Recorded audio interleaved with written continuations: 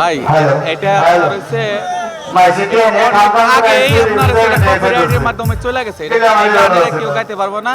আর যদি অটোমেটিক হয়ে যাবো, এটা লাইসেন্স হয়ে গেছে অনেক আগে। গানের তো আর লতা না, এটা হচ্ছে আপনার যে কোনো একটা কণ্ঠশিল্পীর গান, এটা কেউ নিজের নামে চালাতে পারবো না। নায়িকার গান শুনে এবং নৃত্য দেখে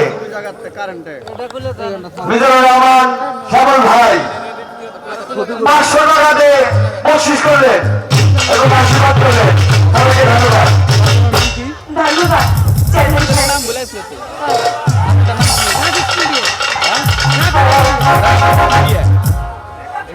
এটাই সব এরকম।